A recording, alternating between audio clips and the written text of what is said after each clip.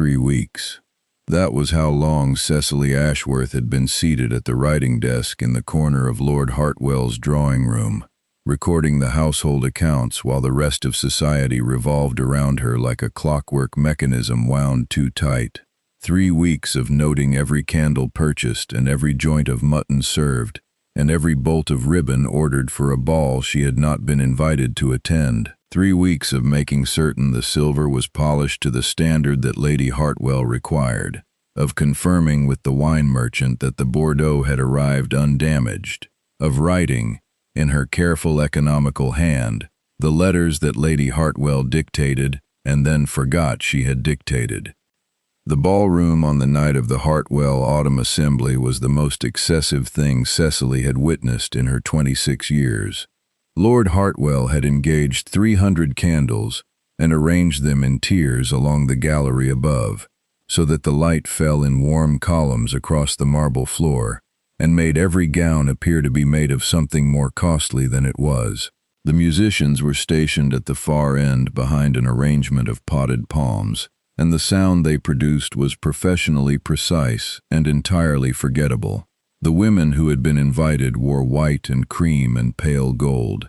Their hair was dressed with pearls or with fresh flowers selected that morning. They had been prepared for this room by mothers and ladies' maids and the entire apparatus of aristocratic expectation.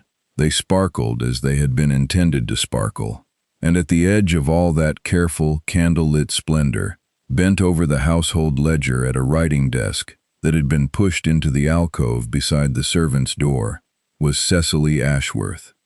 She wore the same gray wool she had worn to the Hartwell dinner 3 nights prior. The gown was not threadbare. She maintained her clothing with the same precision she applied to everything, but it had not been purchased with this room in mind. She had not been purchased with this room in mind. She was present because someone needed to record which bottles had been opened from the cellar and verify that the count matched what the butler had logged, and Lady Hartwell had determined some years ago that Cecily was the appropriate person for any task that required accuracy and produced no credit. She did not look up when the guests arrived. She did not look up when Lady Hartwell crossed the room 3 times in search of reassurance.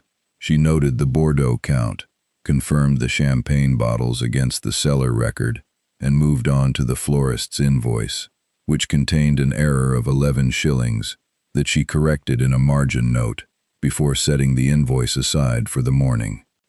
She was aware of the moment the Duke of Ashmore arrived because the room changed its quality of sound, not louder, quieter, in the particular way that a room grows quiet when something has entered it that the room does not quite know how to account for. She did not look up then either. She heard the murmur of titles passing from mouth to mouth like a coin being handed around a table. Ashmore, the Duke of Ashmore. She recognized the name from the estate correspondence she had processed in June, when Lord Hartwell's steward had written to Ashmore's solicitor regarding a disputed drainage agreement on the boundary of their shared farmland. The Duke had not replied personally. The matter had been settled in 3 letters between the legal men, and Cecily had filed the resolution in the Hartwell estate folder under Boundaries, Rural. She picked up her pen and returned to the florist's invoice.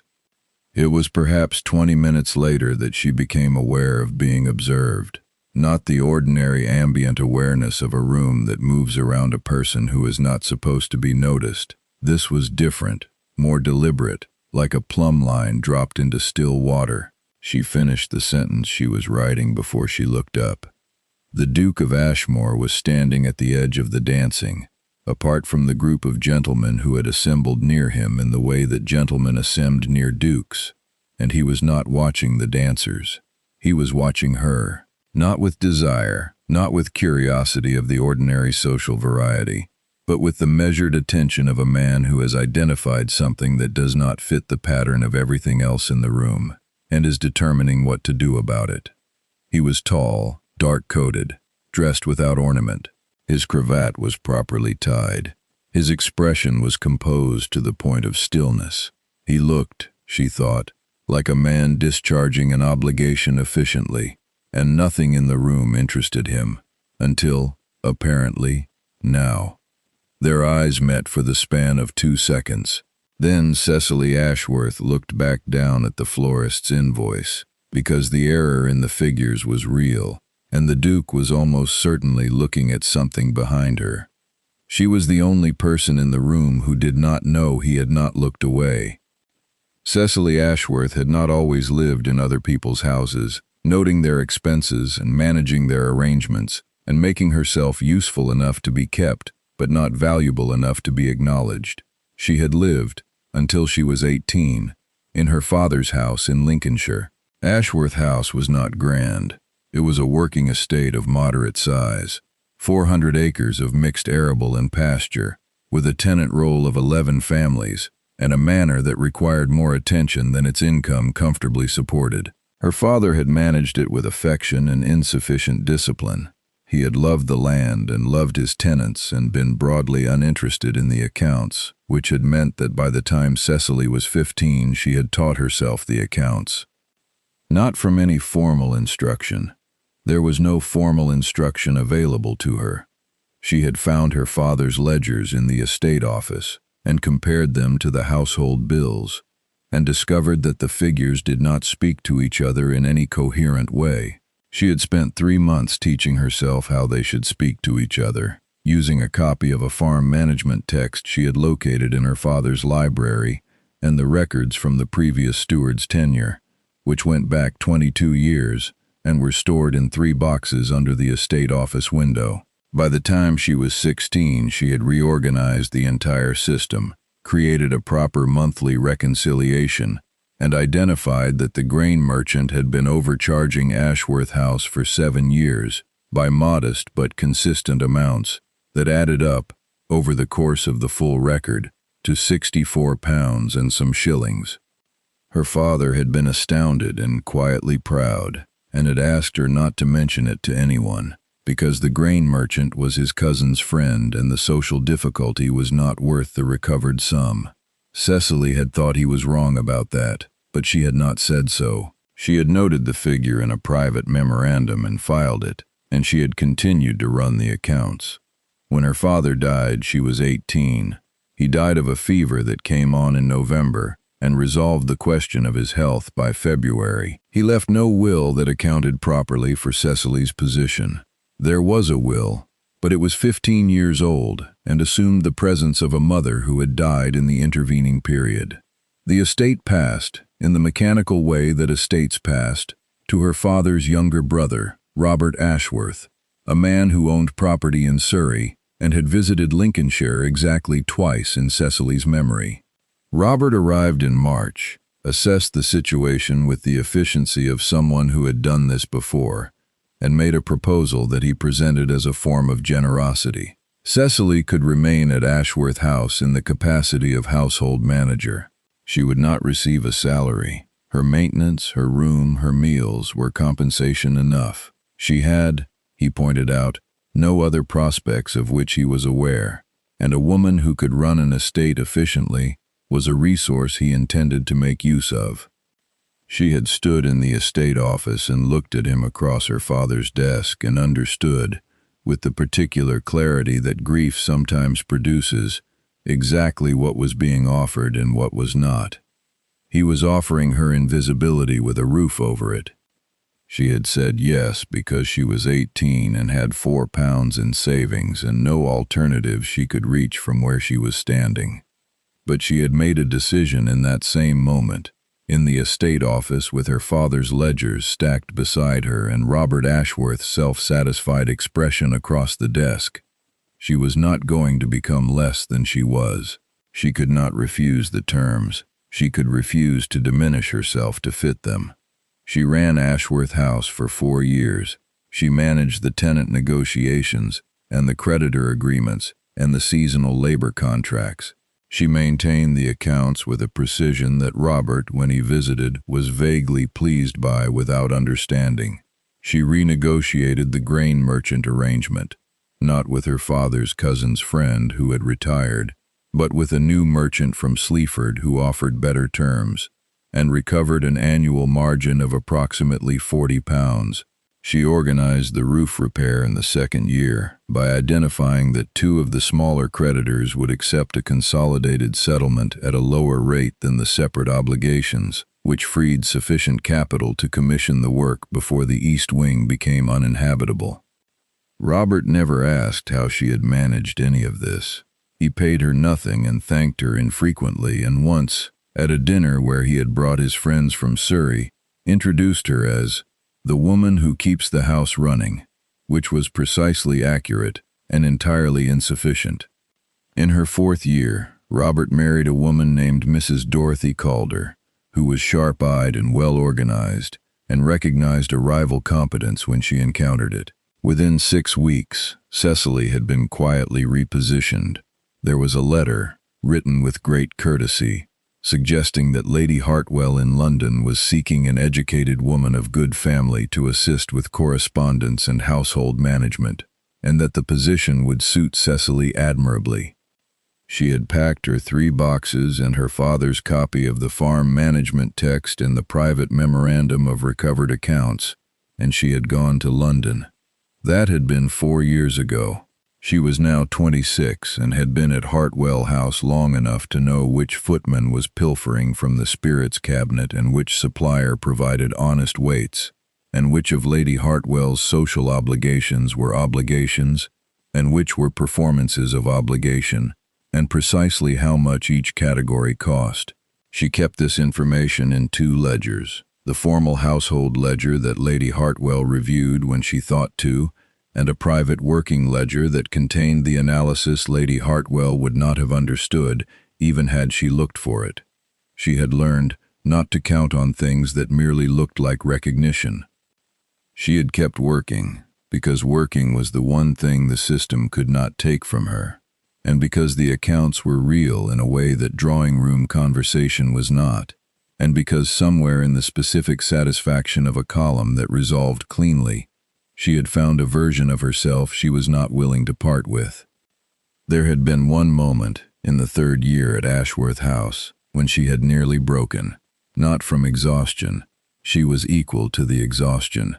It had been a Tuesday in November, almost exactly 2 years after her father's death, and she had been seated at the estate office desk in the dark because the candles had burned down and she had not noticed, and she had looked at the corrected accounts and understood, with a completeness that was like a stone dropped into still water, that she was doing excellent work for which she would receive nothing, and that this arrangement was intended to continue indefinitely. She had sat in the dark for approximately 3 minutes. Then she had stood up, found a fresh candle, lit it, and continued with the quarterly reconciliation. She had not cried. She had decided, in those 3 minutes, that the situation did not deserve her tears, and that she would save them for something worthier, and then she had continued. It was not resignation. It was the decision of a woman who understood that breaking was a luxury she could not afford, and that she was not going to offer it free of charge. The person being overlooked in any room is often the person keeping the room standing. Cecily Ashworth had been keeping rooms standing for 8 years, and she was very good at it, and she had been waiting, without quite naming it as waiting, for someone to look at the room and understand what had actually been holding it up. The Duke of Ashmore, William Cavendish, 7th of his line, had not gone to the Hartwell Autumn Assembly because he wanted to. He had gone because his solicitor, Mr. Edward Pemberton, had identified it as the appropriate occasion to make progress on the matter of the marriage settlements. The matter of the marriage settlements was a structural problem, not an emotional one, and William had been approaching it as such for 8 months. His title required an heir.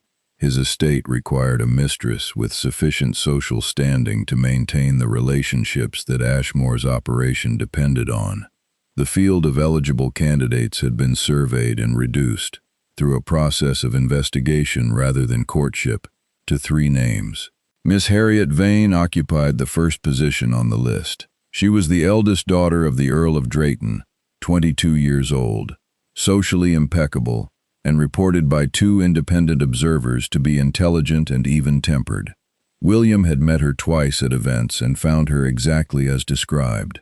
The settlements were in early discussion.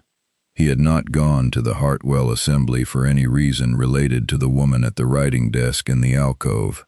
And yet, Pemberton had, 2 months prior, mentioned an unusual piece of intelligence.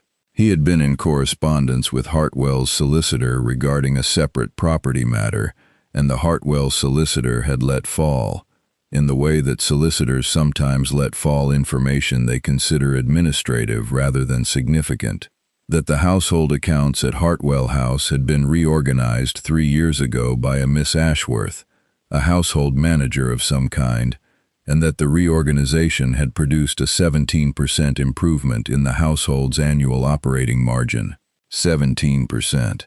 Pemberton had included this in his summary notes almost as a footnote, but William had noted the figure. He knew what a 17% operating improvement required. He managed an estate of 8,000 acres with 43 tenant farms and an annual operating budget that his father had characterized, generously, as complicated. He had 3 senior staff whose sole occupation was the management of the financial systems of Ashmore Park, and they had never produced a 17% improvement. They had produced stability, which was respectable, but stability was not 17%. He had asked Pemberton to find out more. Not much more, a background summary, the kind of discreet inquiry his solicitor was competent to conduct without drawing attention. Pemberton had returned with a 2-page memorandum.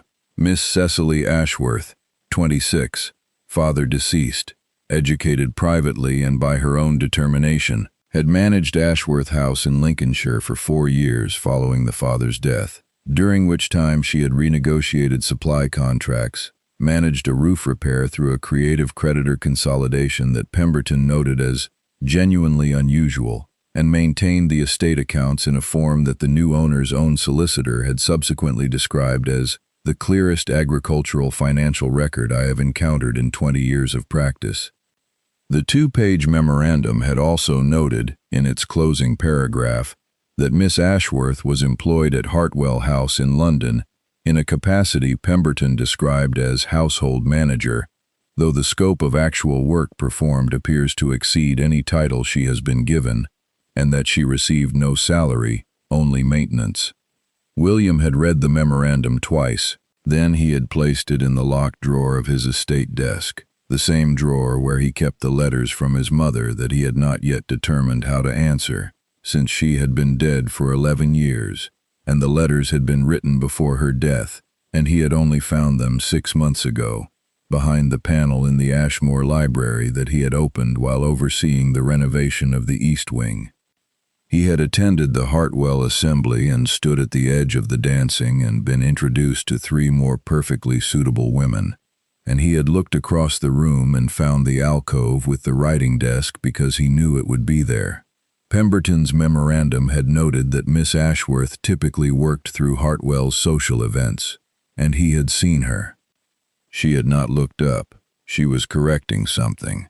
Her pen moved in small, decisive strokes, not the decorative loops of a woman making a fair copy, but the compact corrections of someone who has found an error and is fixing it. Her hair was brown and dressed plainly, without ornament. She wore gray wool. She was, by the social mathematics of this room, entirely unremarkable. She looked up. Their eyes met. She looked back down at her work. He had not looked away. He did not approach her that evening. He was not going to approach her at a ball where she was working, and he was a guest, and the entire structure of the situation made such an approach a performance rather than a conversation. He made a decision before he left the Hartwell assembly, and he held it. The following morning he wrote to Pemberton with 3 specific instructions. He went home to Ashmore Park the same week, because the estate had required his presence since September and he had been in London for 3 weeks, and there were matters that needed resolution in person. He spent 12 days reviewing the agricultural accounts with his senior steward, a competent and loyal man named Graves who had managed the Ashmore tenant farms for 19 years. Graves was diligent and experienced and maintained the records in good order, and William, seated across from him in the estate office with the autumn accounts open between them, found himself comparing the structure of the ledger to what Pemberton had described in the memorandum. What Graves had was correct. What Pemberton had described was something else. Not merely correct, but architecturally different, built to show not just what had happened, but why, and what could be done about it. He did not say anything. He approved the quarterly accounts and returned to London. Pemberton's response to his 3 instructions arrived on a Wednesday. William read it in the morning before he had spoken to anyone, standing at his study window with the letter in one hand and the view of Grosvenor Square arranged below in the pale November light. The instructions had been carried out, all 3. He set the letter on his desk. He went to the locked drawer and removed the memorandum. He read it again. Then he did something he had not done in 11 years, which was sit down at his estate desk in the morning, with no appointment scheduled and no document requiring his signature, and remain there, thinking, for 30 minutes without moving. He did not know precisely what he was going to do. He knew what he had decided, which was a different thing. He had decided it the moment he had stood at the edge of the Hartwell ballroom and watched her correct a ledger at a desk that had been pushed into an alcove beside the servant's door, while 300 candles burned overhead for people who were not doing anything useful with the light. He did not say anything to anyone. He simply acted. The invitation arrived at Hartwell House on a Thursday morning in the first week of November, addressed to Lady Hartwell and her household. The Duke of Ashmore requested the pleasure of Lady Hartwell's company at a dinner at Ashmore House in Grosvenor Square on the 18th, at which there would be a small gathering of persons interested in the question of charitable housing provision in the eastern parishes of London. Lady Hartwell was known to have an interest in charitable work. The dinner was intimate, 12 guests. The invitation specified that Lady Hartwell might bring her household manager, as matters of account-keeping would be discussed. Lady Hartwell read the invitation at breakfast and was pleased by it. She had never dined at Ashmore House. She told Cecily, who was standing at the sideboard with the morning correspondence sorted in her hands, that they would attend. She did not ask Cecily what she thought. It did not occur to her to ask. Cecily stood at the sideboard and read the invitation, while Lady Hartwell began on her eggs, and she was still for a moment with the card in her hands before she set it with the accepted correspondence and returned to the household letters. She had learned not to count on things that merely looked like rescue. She was not counting on anything. She had been invited to a dinner as a functional object, an account keeper, a useful tool, and she had her ledger and her competence, and she would bring them. She did not let herself consider the possibility that the Duke of Ashmore had arranged the phrasing of that invitation, specifically to ensure she was allowed through the door. Ashmore House in Grosvenor Square was a different order of architecture from Hartwell House, larger, better proportioned, maintained with the specific quality that comes not from displays of expenditure, but from the consistent application of genuine resources. Cecily noticed this immediately as they arrived, because she had been in enough houses to know the difference between wealth that performed itself and wealth that simply was. The steps were not showpiece marble. The entrance hall was warm. The footmen who received them wore their livery without the stiffness of theatrical dressing. The dinner guests assembled in the drawing room first, and Cecily remained near the door while Lady Hartwell was swept into conversation with 2 other ladies she recognized. There were 12 guests, as promised. Cecily identified them by the fragments of conversation she could hear. 2 members of a housing charity board, a retired diplomat named Sir Arthur Fenn, who was apparently the driving force behind the charitable project, a solicitor, 2 ladies with philanthropic interests, and several titled guests, whose precise connection to the housing question she had not yet determined. She had been at Ashmore House for 11 minutes when a young woman appeared at her left shoulder and said, with the direct warmth of someone who had decided in advance to be friendly, "You must be Miss Ashworth. I'm Charlotte Pearson. My father is on the housing board." I've been told you manage accounts extraordinarily well, which means you're approximately the most interesting person in this room. Cecily looked at her. She was perhaps 24, bright-eyed, dressed with the comfortable assurance of someone who had good taste and didn't fuss about it. I manage accounts, Cecily said. Whether extraordinarily is for the accounts to demonstrate. Charlotte Pearson smiled as though this was exactly what she had hoped to hear. Precisely. Come and meet Sir Arthur. He has a set of figures for the Whitechapel housing scheme that no one has been able to untangle, and I suspect you'll have it sorted before the soup is finished. Cecily had not expected to be useful tonight. She had expected to be decorative at the margins, and silent and competent in the way that produced no recognition. She followed Charlotte Pearson across the drawing room with her small leather case, the one that contained her working notebook and 3 sharpened pencils, and was introduced to Sir Arthur Fenn, who was 63 and retired from the diplomatic service and entirely genuine in his concern for the housing question, and who produced from his coat pocket a folded document covered in figures with the hopeful expression of a man who has been carrying a problem for too long. It was during this exchange that Cecily became aware, without looking up, that the Duke of Ashmore was standing approximately 8 feet to her left. She knew this because the quality of sound in her immediate vicinity changed in the same way it had changed at the Hartwell ballroom, the particular shift that preceded his arrival, like weather coming in. She did not look up. She was reading Sir Arthur's figures. The discrepancy is here, she said, pointing to the 3rd column. Your rental income projection assumes full occupancy from the 4th month, but your repair schedule pushes the habitable completion to month 6 for the northern block. You have 2 months of vacancy built into your costs but not removed from your income projection. The gap is approximately £42. Sir Arthur stared at the document. Good Lord, he said. We have shown this to 3 men this autumn, and none of them— He stopped. Miss Ashworth, would you be willing to look at the full set of accounts? After dinner, Cecily said. I'll need the complete schedule. She looked up then, because she felt it necessary to look at Sir Arthur properly when she confirmed an arrangement, and as she did, she found the Duke of Ashmore in her peripheral vision, standing where he had been standing, watching. He was not watching with the random attention of a host surveying his guests. He was watching her with the same quality of regard she had recognized at the Hartwell ballroom, measuring, precise, entirely different from how he looked at everything else. She returned her attention to Sir Arthur Fenn. Dinner was 12 courses, correctly paced, without ostentation. Cecily was seated between Sir Arthur and Charlotte Pearson, which she suspected had not happened by accident, and she spent the first half of the dinner discussing the housing scheme figures, while Charlotte listened and occasionally asked the kind of question that demonstrated she was genuinely following the analysis.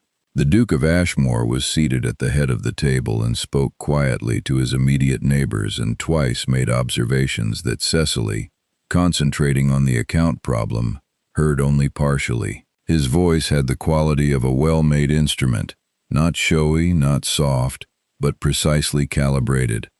After dinner the party divided, and Cecily sat with Sir Arthur and the housing board members, and Charlotte at a side table, with the full set of accounts spread before her. She worked through them methodically while the rest of the company moved between the drawing room and the dining room in the leisurely way of people who had no particular purpose.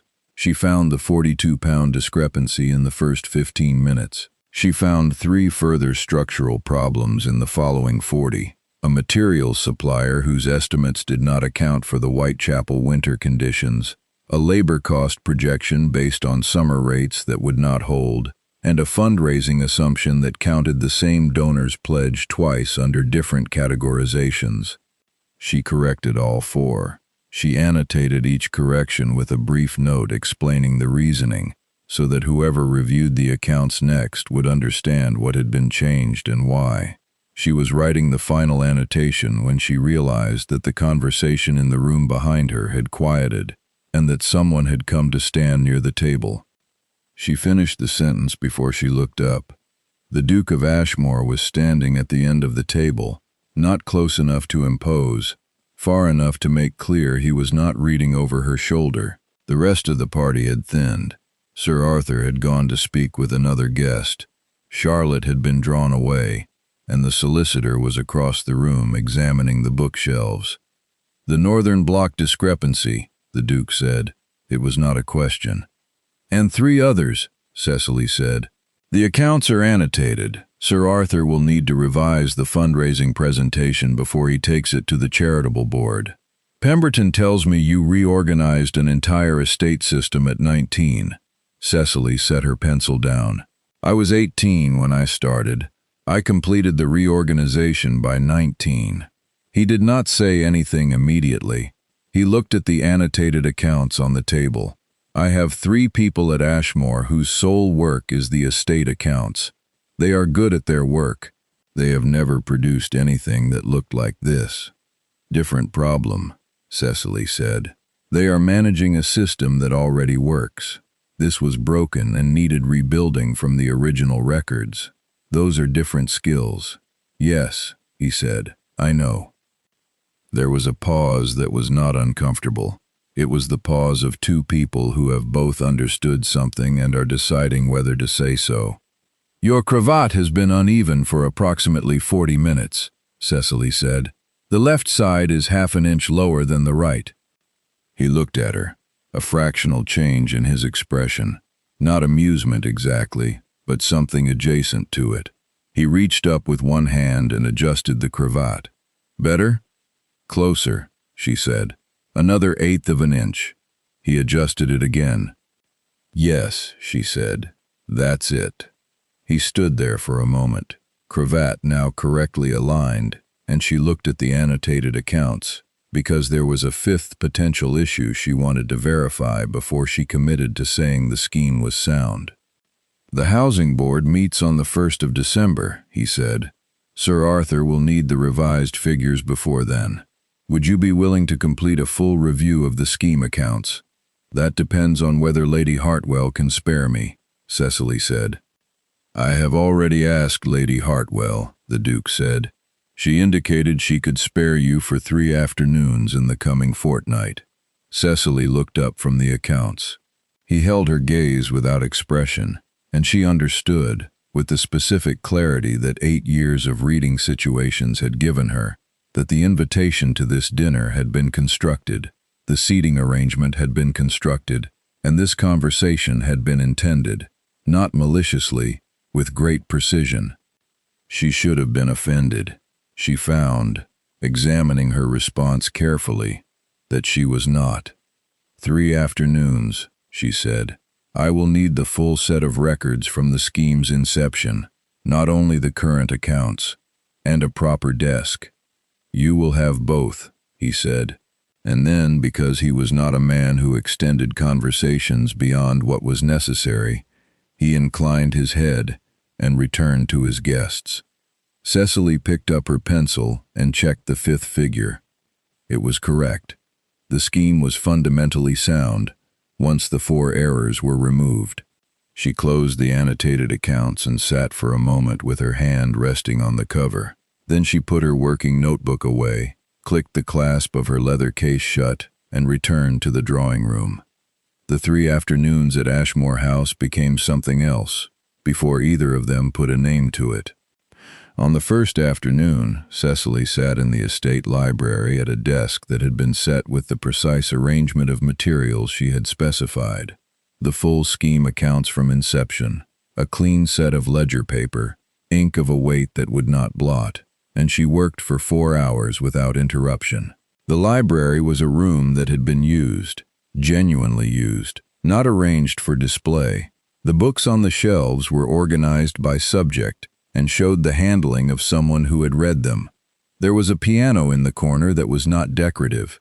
Its lid was down, but the bench was positioned at a slight angle that suggested regular use. The Duke appeared at the end of the 4th hour and stood at the desk to receive her preliminary findings, and she presented them in the organized form she had developed for presenting to people who needed to act on what they were told. The problem, the evidence, the correction required, and the net effect on the scheme's viability. It took 11 minutes. He asked 2 questions, both of them precise and both of them catching things she had noted herself and intended to address in the second session. She looked at him across the desk.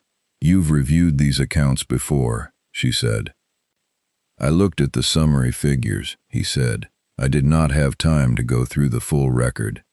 "You saw the labor cost projection problem. I thought it looked optimistic," he said. "I didn't know how to verify it."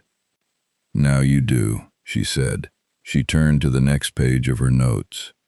On the second afternoon, she arrived at the same hour and found that the desk had been moved slightly, positioned closer to the window, where the November light was better. She noticed this and did not say anything. She worked until the light failed, and when she looked up, she found that someone had placed a branch of candles on the table at her left hand without disturbing her concentration. She had not heard anyone enter.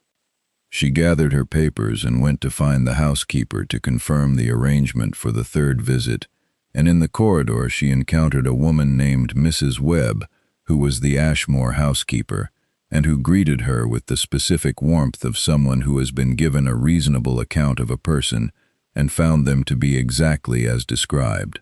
"The cold room in the east wing has been kept at the wrong temperature for the documents," Mrs. Webb said, leading her toward the linen store for reasons that had been rerouted through hospitality.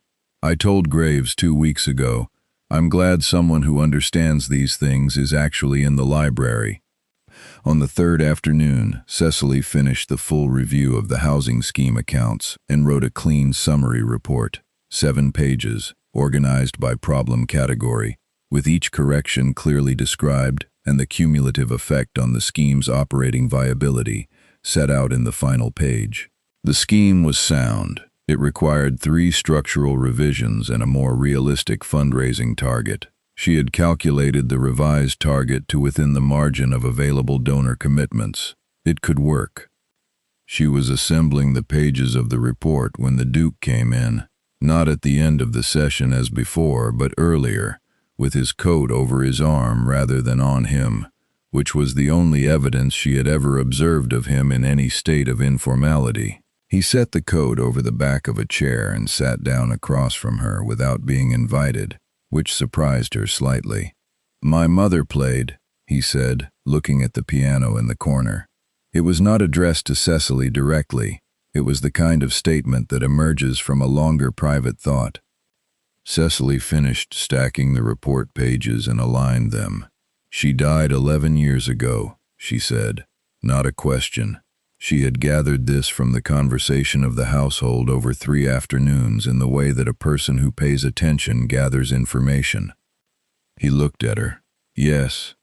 "You haven't opened it," she said. He looked at the piano. The lid was down, as it had been all 3 afternoons. "No. Is there a reason?" He was quiet for a moment. It was not avoidance. It was the quiet of a man who is giving an honest question the consideration it deserves. "She left compositions," he said. "Pieces she wrote herself, kept in the bench. I have not looked at them." Cecily stood and crossed to the piano. She lifted the lid from the bench, which came up easily, hinged and well maintained. Inside, as he had said, there was a folio of manuscript pages, carefully preserved, tied with a black ribbon that had faded to gray. She did not open it.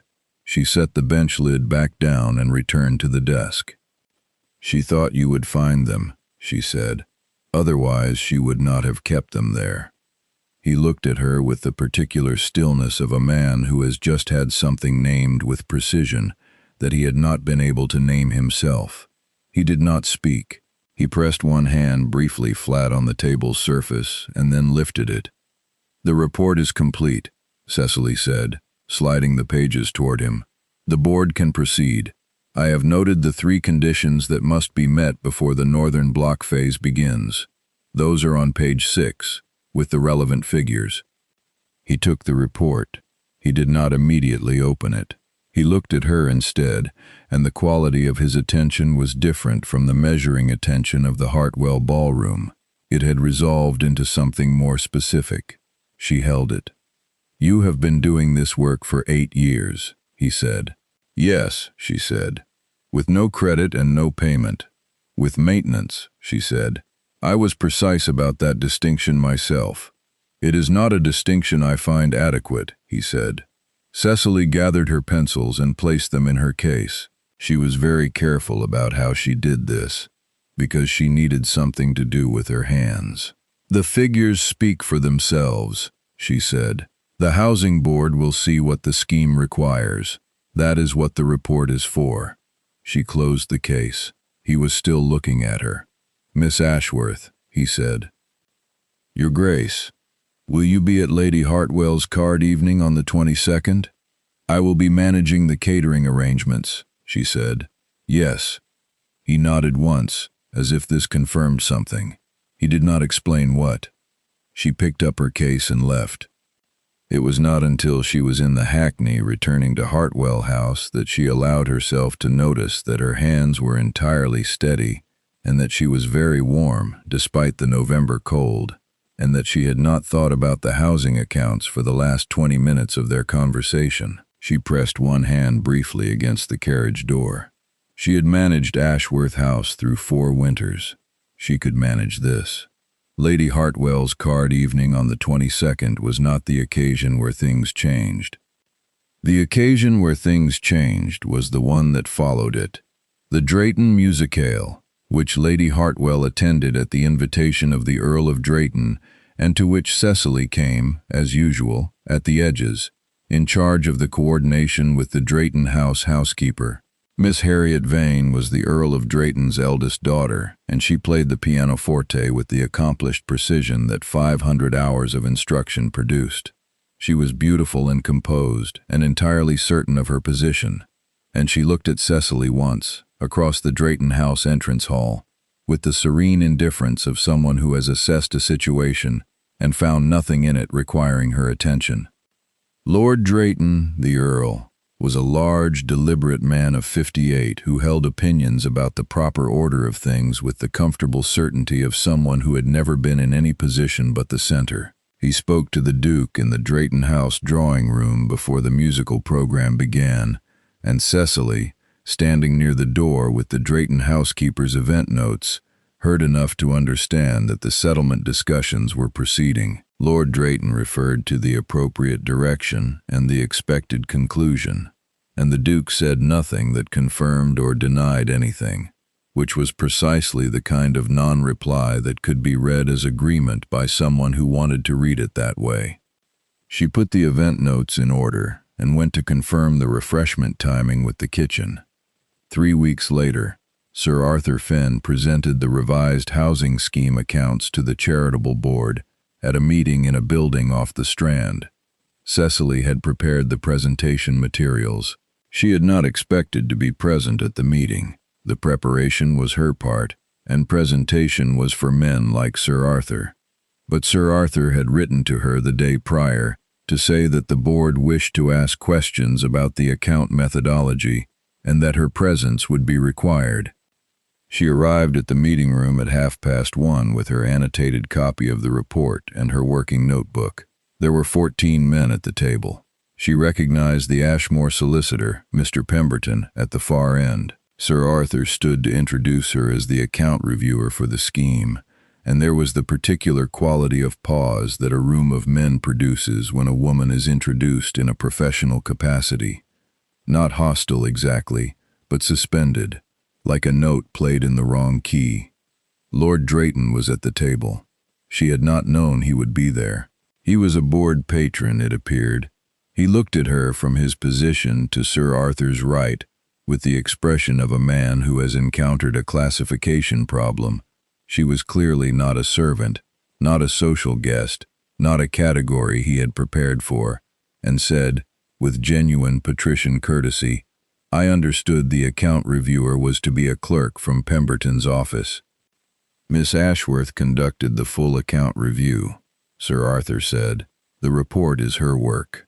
"I am certain the report is excellent," Lord Drayton said, in the tone of a man who is certain of no such thing. "But the board has not previously received presentations from from someone who identified 4 structural errors in the original scheme accounting that would have resulted in a funding shortfall of approximately £360 in the scheme's first operational year? Cecily said. She did not raise her voice. She did not adjust her posture. She opened her annotated copy of the report to page 2 and set it on the table before Lord Drayton. The errors are documented on pages 2 through 4. The corrections and their basis are on pages 5 and 6. The revised viability calculation is on page 7. If the board has questions about the methodology, I am prepared to answer them. Lord Drayton looked at the page before him. He looked at it with the expression of a man who has been handed a document he did not expect to be coherent and has found it coherent. He did not speak for a moment. "I have a question about the labor cost projection," said one of the other board members. "Of course," Cecily said. She was already turning to page 5. She answered 7 questions. 2 of the board members were skeptical in their manner at first and precise in their questions, and she was more precise in her answers, with the specific figures and the dated source records that produced them. By the 4th question, the skepticism had the quality not of disbelief, but of a professional instinct being satisfied. By the 7th question, she was aware that the room had shifted, not erupted, not converted, but quietly reorganized itself around the evidence. The Duke of Ashmore was not at the table. He came into the room during the 6th question, quietly, and stood at the back where he did not interrupt the proceedings, and Cecily, who was focused on the board, was aware of him the way she was always aware of him, like weather coming in, but did not acknowledge him. When the board concluded its questions, Sir Arthur moved to formally adopt the revised accounts and the corrected presentation. The motion carried with 12 votes to 1, Lord Drayton abstaining. She closed her report. She was gathering her papers when the Duke of Ashmore spoke from the back of the room. "I would like to add one thing to the board's record," he said, and the room turned toward him. He had the authority of a man accustomed to rooms turning when he spoke, and he used it without performance. The work presented today by Miss Ashworth represents the kind of analysis that the Ashmore estate has been requiring for the better part of 3 years. I have offered her the position of estate account manager at Ashmore Park, with appropriate salary and title. He paused, 1 beat. I mention this in the board's presence because I thought the board should understand the quality of work they have just seen, and because I intend to marry Miss Ashworth, and transparency in a professional setting seemed appropriate. The room was silent for a long moment. Cecily stopped gathering her papers. Lord Drayton looked at the Duke. "Your Grace," he said very carefully, "the settlements with Drayton House are not concluded and will not be," the Duke said. He crossed the room toward the table without hurry. He looked at Cecily, not at Lord Drayton. "I apologize for the venue," he said to her.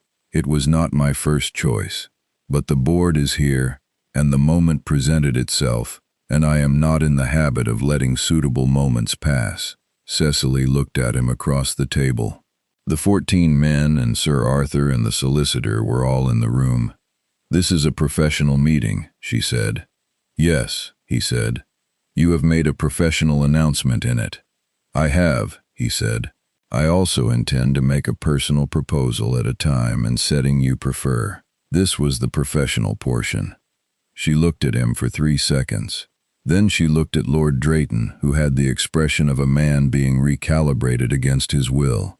She looked at the report in her hands, which was correct and complete and sound.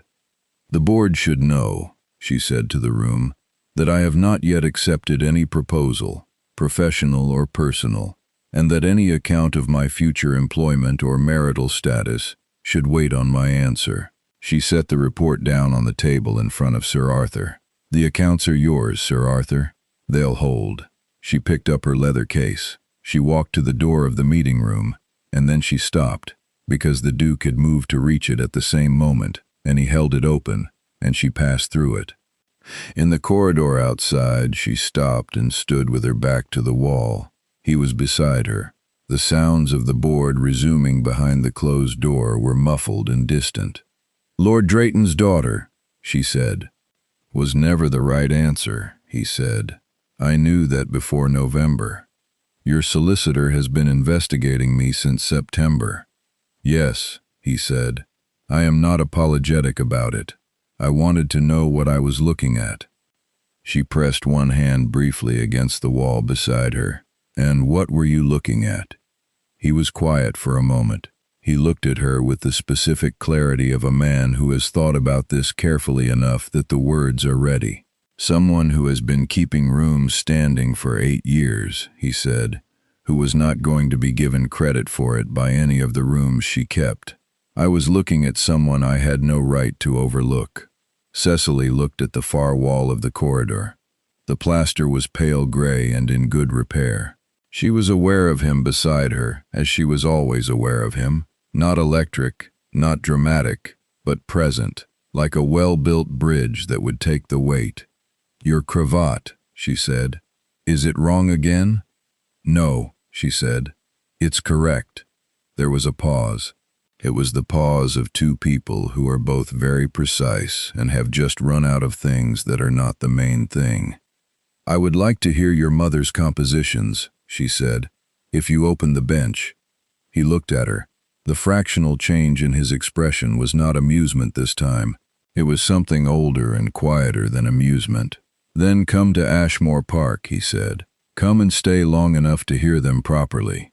"I will think about it," she said, which was not a refusal, and both of them knew it. She thought about it for one day. The private proposal came on the 5th of December, in the Ashmore Library, in the evening, when the rest of the house had retired, and the candles had been lit, and the piano bench was open on the floor beside the instrument where she had been sitting for the past hour, working through the manuscript pages that his mother had left. She had been at Ashmore Park for 8 days, with Lady Hartwell's somewhat dazed blessing and Charlotte Pearson's emphatic written approval, and Mrs. Webb's welcome that was entirely unperformed. She had spent 4 of those days reviewing the Ashmore estate accounts with Graves, who was a good man and had accepted her presence with the thoughtful professionalism of someone who understood that the Duke did not do things without reason, and who had by the 3rd day begun bringing her the records she asked for before she had to ask twice. The compositions were beautiful. They were not technically complex. They were the private music of a woman who played for her own pleasure rather than for performance. But they had a quality of considered honesty that made them, in Cecily's assessment, exactly right. She had played 3 of them. The Duke had come in during the second, she knew, and had stood near the door, and she had continued playing. When she finished the 3rd and set the final page back in the folio, she heard him cross the room and sit in the chair near the window. She closed the piano lid gently, the way she had learned to close things that mattered. "They're good," she said. She had a real understanding of the instrument, not showing off, just thinking. He did not say anything immediately. "I have something to say," he said. "That is not a professional announcement." She turned on the bench to face him. He was seated in the chair by the window, not formal, not performing, just present, in his shirt sleeves because it was evening and they had been working, and he had removed his coat 2 hours ago. She had been watching him for 2 hours, without admitting that she was watching him. "Not because it is convenient or appropriate or fitted the requirements my position imposes," he said, "but because you named my wound with precision in this room 3 weeks ago, and have been the only person in 11 years to do so. Because you corrected my cravat before you had any reason to concern yourself with how I appeared. Because the Whitechapel housing scheme is going to work because of 7 pages you wrote in this library, and because 300 families are going to have better housing than they would have had, and you were going to walk out of Sir Arthur's door and receive no credit for it." He paused. "Because I have not been able to forget you since the night of the Hartwell assembly, and I am not willing to try." The room was quiet. The fire had burned to a steady low heat. The folio of compositions was in her lap. She looked at him for a long moment.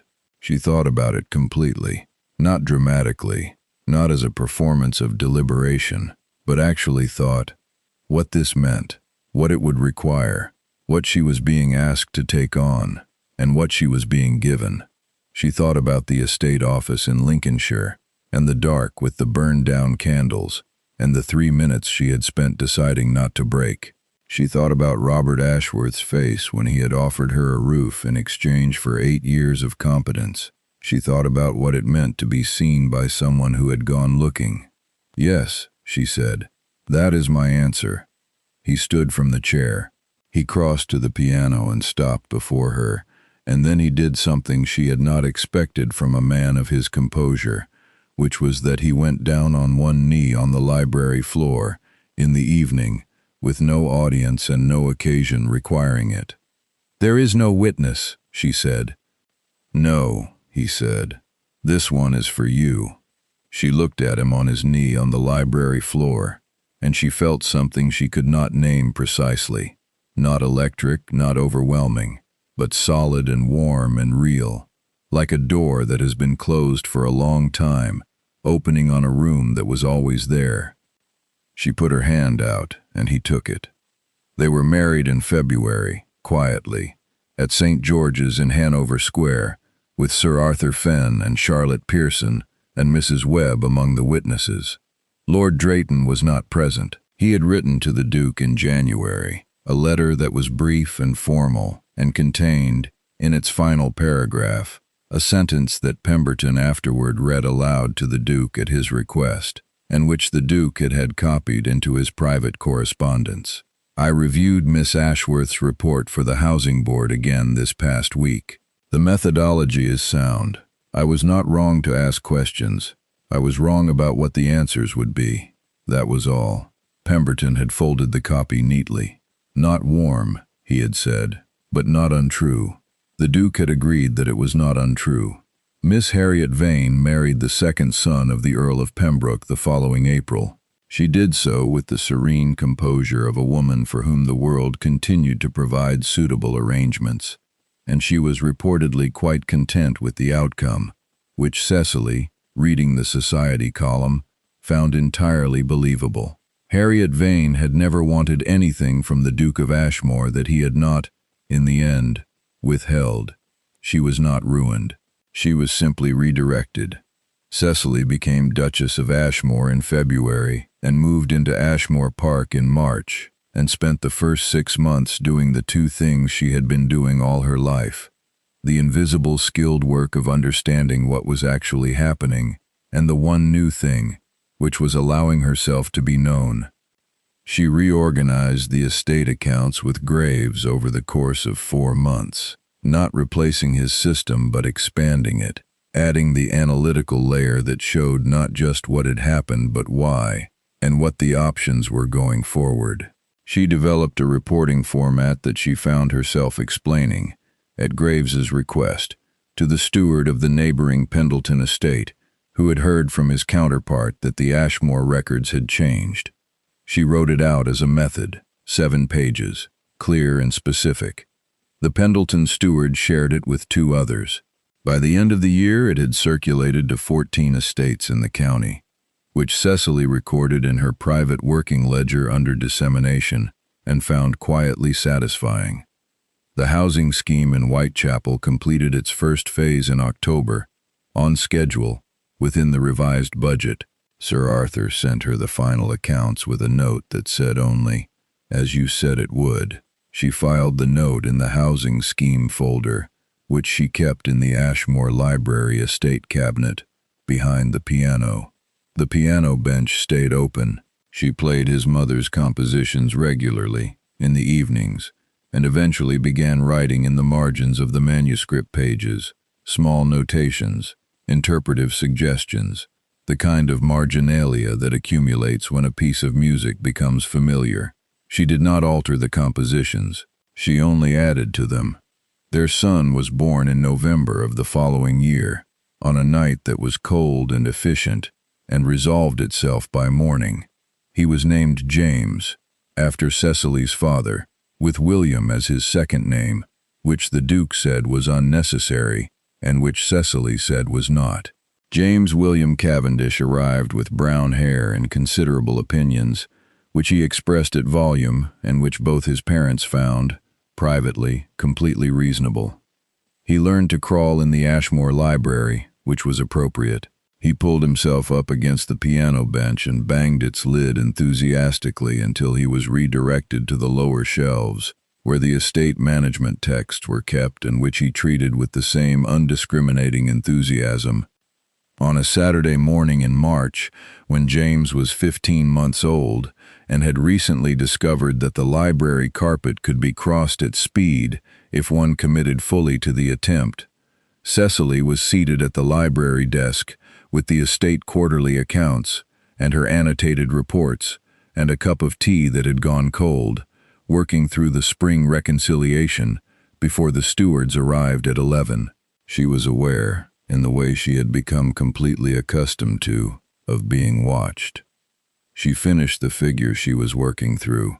She looked up. The Duke was standing in the doorway in his coat, returned from the morning ride, watching her, not with the measuring attention of the Hartwell ballroom. He had taken the measure of her long ago and had not needed to adjust it.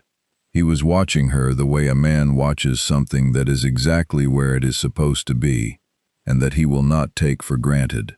James was on the floor between them, moving across the carpet with focused determination toward the piano. "The quarterly figures reconcile," she said. "The northern tenant farms are up 4% on last year. The labor costs came in under the Graves projection by about £12, which I want to understand before I report it." "Good morning," he said. "Good morning," she said. "Your son is about to reach the piano." He crossed the room in 4 strides and caught James before the small hands reached the bench, lifting him with the practiced ease of a man who had not expected to be comfortable with this and had become so. James protested briefly and then decided that being held was acceptable and reached for his father's cravat with investigative interest.